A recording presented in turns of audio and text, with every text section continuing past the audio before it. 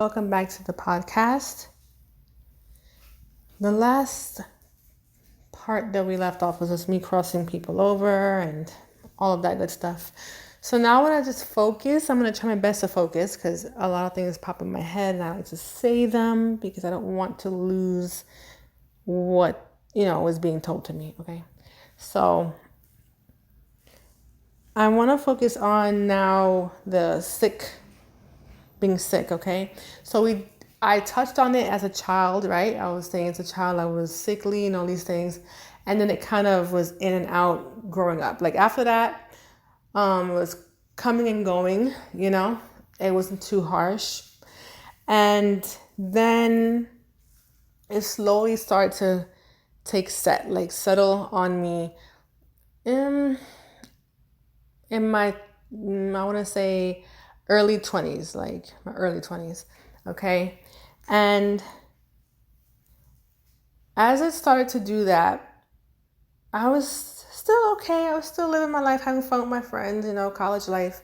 And then when I moved out on my own, then it really took a toll on me then, right? So I started to have, now I'm saying the symptoms and everything because I want to, people like to know signs and symptoms of when they have a calling.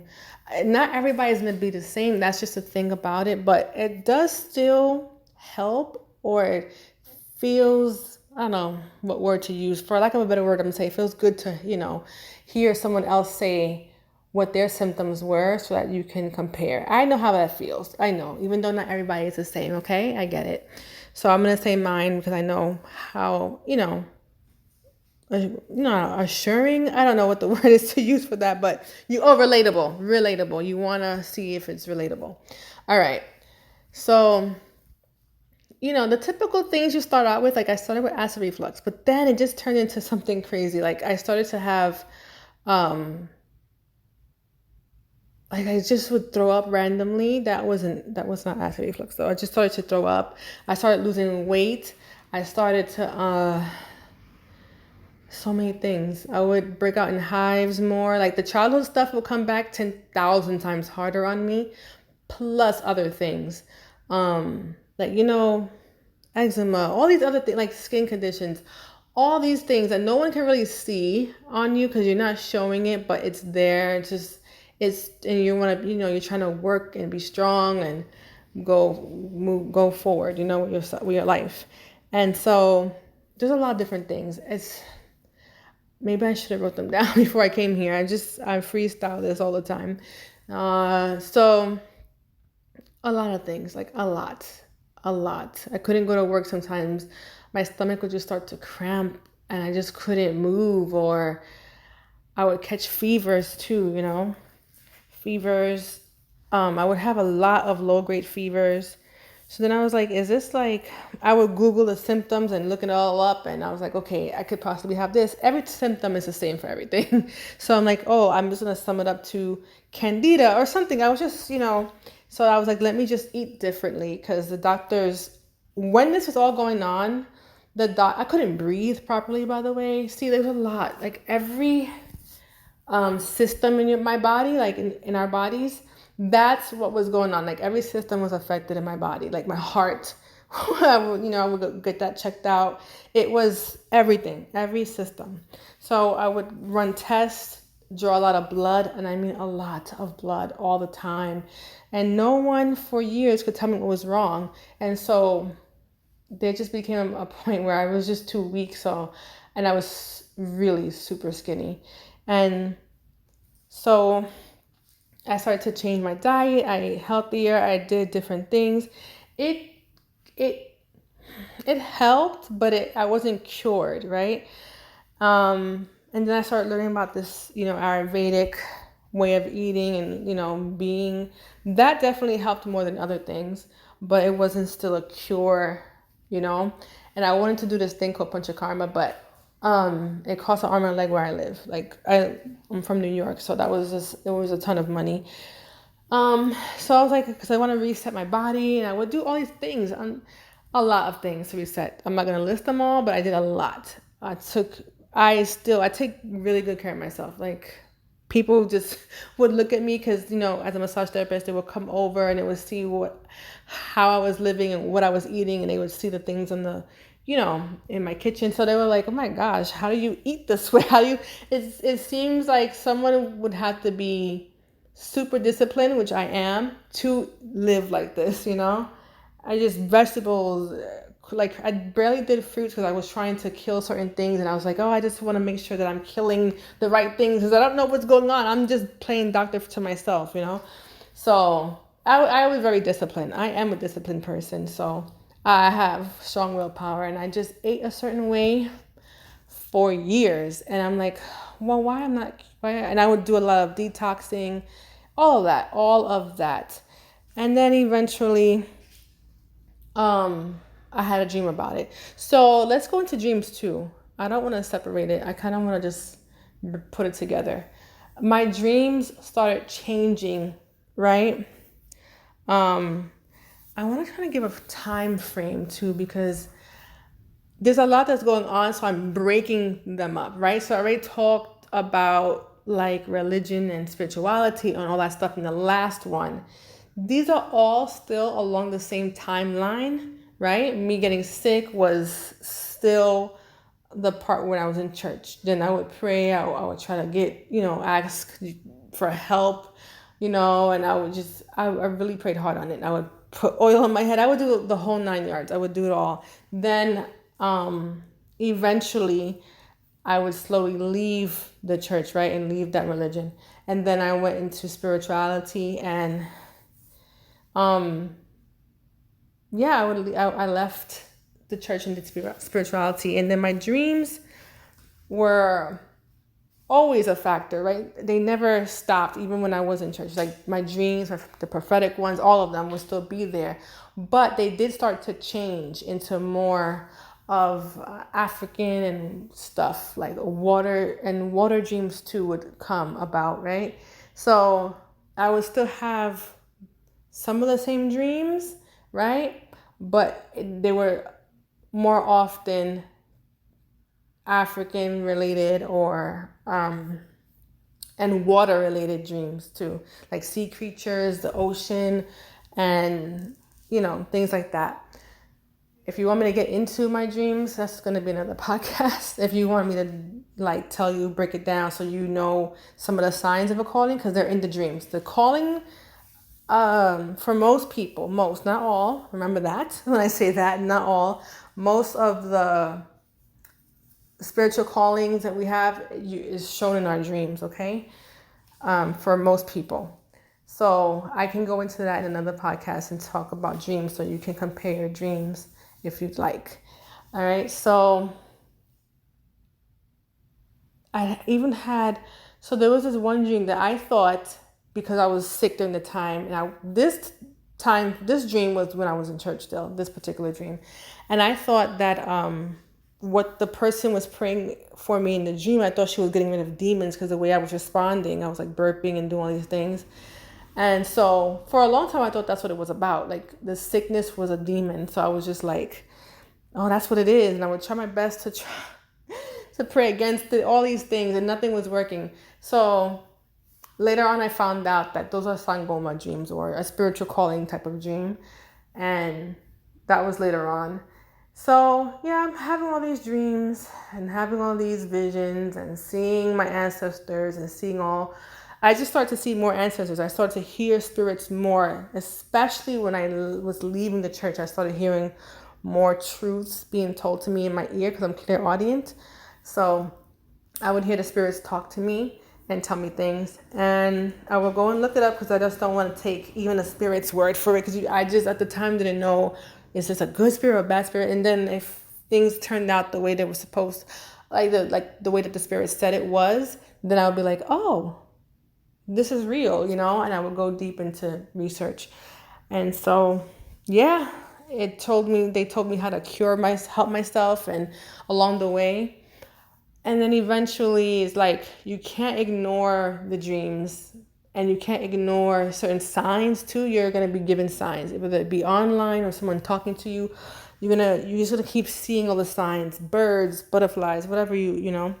And the signs were pointing me to go to Africa, even though I was already preparing. And I mean, when I say preparing, it wasn't a thought. I literally was preparing. I had people I was gonna stay with in Jamaica because I was gonna move there, and I had the business I was gonna start there, which was still massage. I had it all set up where I was gonna be working and who I was gonna be working with. All that was set up. I was ready to go, and I just kept having these blockages. You know, like I told you in the last one, they stop you from doing certain things because they want you to do something else first, or just don't do that thing at all, or they're just trying to prevent a disaster from happening.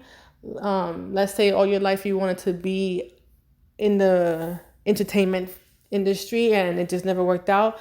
Well, it's because I know some of you do know what goes on there. I sure do. And that's not just from research, it's from personal experience, right? And people that I know that are in that field, and what really happens is disgusting and horrible. And you don't want to be a part of that. So maybe they're stopping you from joining that because you have a calling and you have a mission, and that cannot be part of your mission. Okay, you cannot be in that mess.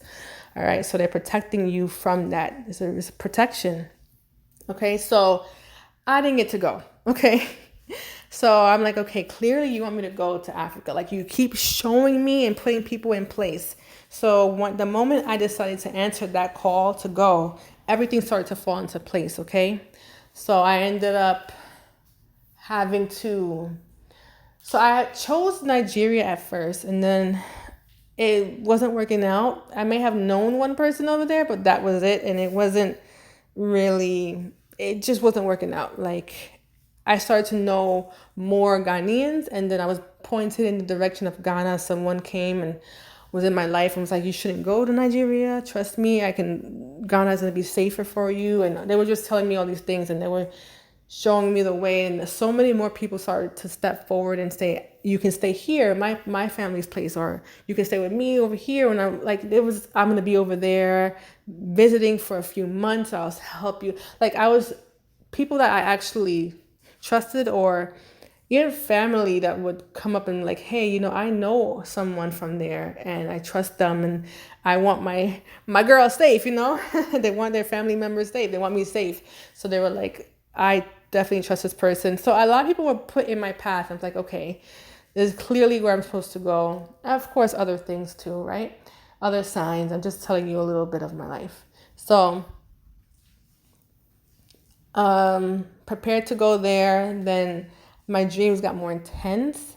And finally, one dream told me, I'm already packed up, ready to go. Got my visa. I have like a month left in America. And a dream came and told me about sangomas. And that clearly is what like they want me to be a sangoma basically, or what I'm going through is that of a sangoma. So I had to Google this when I woke up.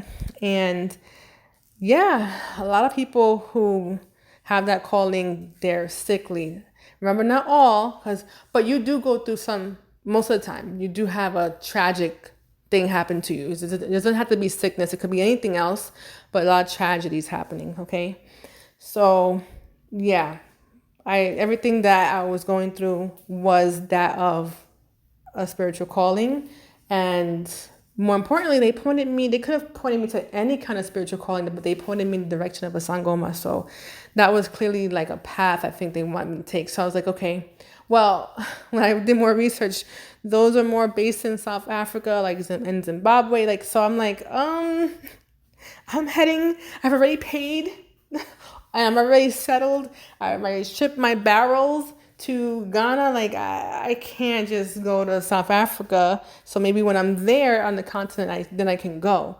But I clearly had to talk to one first. So I ran into a couple of videos, and there was one, like, when you have this gift, or anybody can do this, like anybody, you just feel, we all have intuition. So, we can just feel when something is for us. So I can feel like this person was for me. So like, you know what, I'm going to reach out to her. And I did. And I didn't know how popular she was. I just reached out to her, and she told me everything. I had a consultation with her, and she threw the bones, and she's like, you have to come to South Africa to uh, basically figure everything out. There's a ritual to do that you can figure all these things out. So, and I was like, but I'm already going to Ghana. She's like, oh, yeah, but you have the calling. So whenever you're getting anything from anyone, you don't give them information first, right? Any consultation, any kind of psychic reading, you have to let them do the talking first, and then you'll see that they're real, right? They tell you things that no one else knows, or they can possibly know, or you know what I mean. So she said everything first, of course, and I was like, oh, she got it. She got me all figured out. So she's the real deal. And then, she's it was just like, well, now I'm being told this and I'm heading somewhere else. But I know that I was supposed to head that direction because I wouldn't have been pointed in that direction. So I learned what I need to learn in Ghana, and I went through what I needed to go through in Ghana, and then I returned back to the US after 1 year exactly. Like, I was being pushed out of Ghana, and I was like, okay, the same time frame too as when I was packing up and leaving, around October and everything, being pushed out, and then flew out in December. So the universe will make you uncomfortable where you are enough to leave after some time, because I was very happy in the where I lived in the Bronx. I was very, very happy. And then eventually, when it was time to go, I was there for many years, and it was time to go. I was so uncomfortable. I grew not to like my area. I was like, what is going on? I really need to get out of here. And that's when I started having the dreams and all that stuff about moving to Ghana. Like, when I said I need to get out of there, and that's when I was planning to go to Jamaica. I was making my way out. I was like, I got to get out of here. Just got to leave America altogether. But they had other plans, and I went to Ghana instead. Then I was uncomfortable there. There's certain things that happened over there that I was like, no, I gotta go. But I was able to accomplish spiritually and health-wise. I got cured.